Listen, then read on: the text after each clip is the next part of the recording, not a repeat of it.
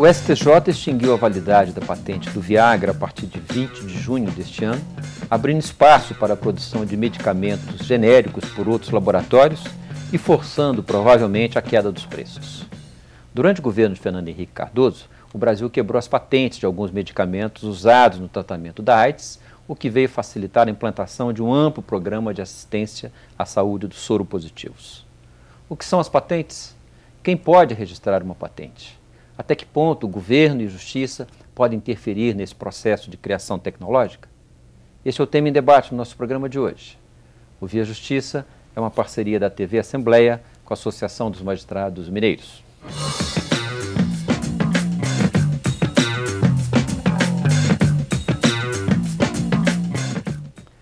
Ao quebrar a patente do Viagra, um dos 10 medicamentos mais vendidos no Brasil, o STJ atendeu um imperativo de saúde pública ou meramente um imperativo econômico de mercado?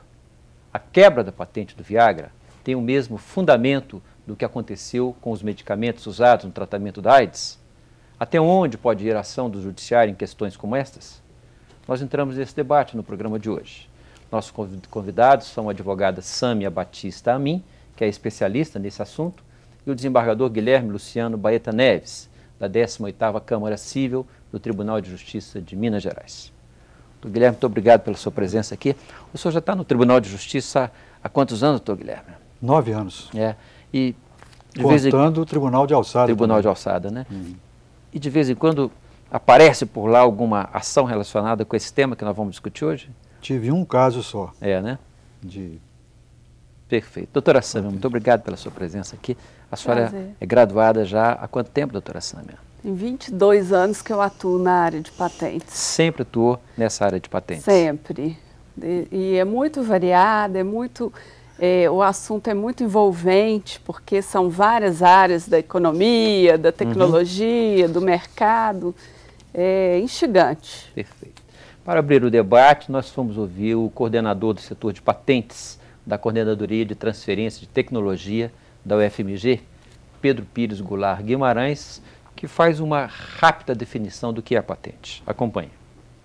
Patente, na verdade, é um título conferido a um inventor, tá? Um título temporário que exclui terceiros de produzirem e comercializarem a determinada tecnologia. Por que temporário? Temporário porque existe um prazo de vigência dessa patente, que são 20 anos. Tá, de acordo com a nossa lei de propriedade industrial. Doutor Guilherme, essa questão do tempo, né, da temporalidade, é uma questão essencial, né, e parece que foi o fundamento para a quebra da patente do Viagra no Brasil. Justamente. Esse prazo de 20 anos é um prazo internacional ou é só o Brasil que adota? Esse prazo é internacional, oriundo do acordo feito no Uruguai, chamado TRIP, que é uma sigla inglesa e significa mais ou menos Tratado de Registro das Propriedades Intelectuais. E por esse acordo foi determinado, assinado por quase todos os países, foi determinado a cada país que adaptasse a sua lei existente ao que consta do acordo TRIP. Então, o prazo de 20 anos para os inventos e o prazo de 15 anos para os modelos de utilidade, foi então, previsto nesse acordo TRIP que foi adaptado para a lei brasileira. Perfeito. Doutora Sâmia, patentes é uma expressão talvez mais conhecida, embora nem tanto do grande público, mas existem categorias aí de registro, né? A senhora, agora mesmo, patente e modelo de utilidade. Quais são as diferenças, quais são as principais? A patente de invenção, essa que tem um prazo mais de largado, de 20 anos, ela, por si, ela protege uma novidade, um grau de novidade mais abrangente. É uma novidade absoluta. Né? Tem que ter um degrau inventivo em relação ao que já existia no estado da técnica, ou seja, tudo que era de conhecimento público.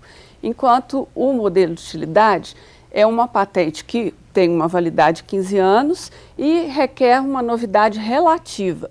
Isso ela é um aperfeiçoamento em que necessariamente ela tem que ter um grau de novidade, mas pode ser aproveitar uma ideia básica que já era conhecida ou patenteada e ter salto inventivo um menor. salto inventivo, né? né? Geralmente é uma melhoria de uso, né? Uma facilitação do manuseio.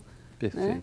Doutor Guilherme, o senhor me relatava que o senhor recentemente proferiu uma sentença num caso desse, de modalidade de uso.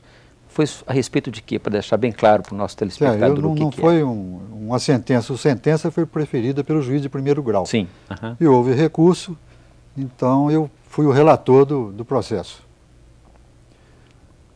Se tratava então de escoras de lajes de construção. E então a pessoa aperfeiçoou um sistema que, através de parafusos em orifícios, ele dilatava o tamanho do sustentáculo. Sim, sim. Em vez de usar aquelas tradicionais pedaços de madeira, de eucalipto, né? Ou uma haste fixa que se colocava tijolo embaixo, ou pedra ou madeira, ele tinha esse sistema de escoramento. Entretanto, ele fez essa divulgação muito antes desses 12 meses previstos para que ele poderia fazer. Ele apresentou o produto na escola de engenharia em Uberaba e outros lugares mais. Então, se caiu no domínio público. E não fez o registro? Chamado, como a doutora Sâmia disse, o estado da técnica. E ele não fez o registro? Não havia feito o registro, nem depósito, nem nada. Então, outras pessoas também passaram a utilizar aquilo. Quando ele descobriu, ele entrou com um pedido de indenização pela utilização. Mas aí, então, ficou comprovado que já se encontrava no estado da técnica, ou seja, um técnico chegou e disse, não, isso já existe, muito tempo antes. Perfeito. E através de fotografias se comprovou que ele realmente havia divulgado aquele modelo de utilidade. Quer dizer que no caso das patentes, das invenções, vale aquela velha máxima, quem não registra não é dono? Quem não registra não é dono. Essa é uma questão que aparece sempre em discussão, doutora Sâmia? Sim.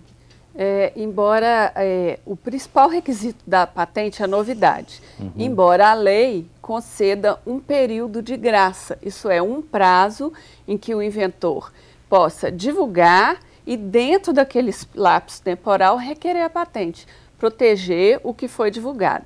Infelizmente, essa cultura de patente não é muito divulgada no Brasil. Então, os pesquisadores, que ultimamente vem crescendo o número de requerentes titulares de patentes, os pesquisadores, eles divulgam, ele não tem essa preocupação. As universidades, mesmo empresas que poderiam ter seu patrimônio protegido e incrementado com a patente, eles divulgam e não têm a preocupação em proteger. Quando um pesquisador, um cientista, publica um artigo científico numa revista, por exemplo, e mais tarde, aquilo vale para ele como garantia de mais tarde ele requerer a patente? Não. Desde que ele requeira no prazo ou de 12 meses, ele teria um ano para fazer isso. De invenção, ou de 180 dias para o modelo de utilidade. Quer dizer que nesse caso, se ele publicar e não tomar a providência de buscar o registro, cai no domínio público. Cai no domínio público, tal como no caso julgado aqui pelo Tribunal de Justiça de Minas. A senhora acha que, de uma maneira geral, é baixa a procura dos brasileiros de maneira geral? Muito baixa, 20 vezes menor do que nos Estados Unidos, na Índia, menor do que no Japão, na Índia, nos outros países em crescimento, menor inclusive do que a China, que é considerado o paraíso da pirataria. Perfeito. Nós temos gravado uma entrevista com o Dr. Pedro Goulart, da UFMG, que no próximo bloco nós vamos apresentar e comentar um pouco mais esse assunto. Nós vamos a um rápido intervalo e voltamos em seguida.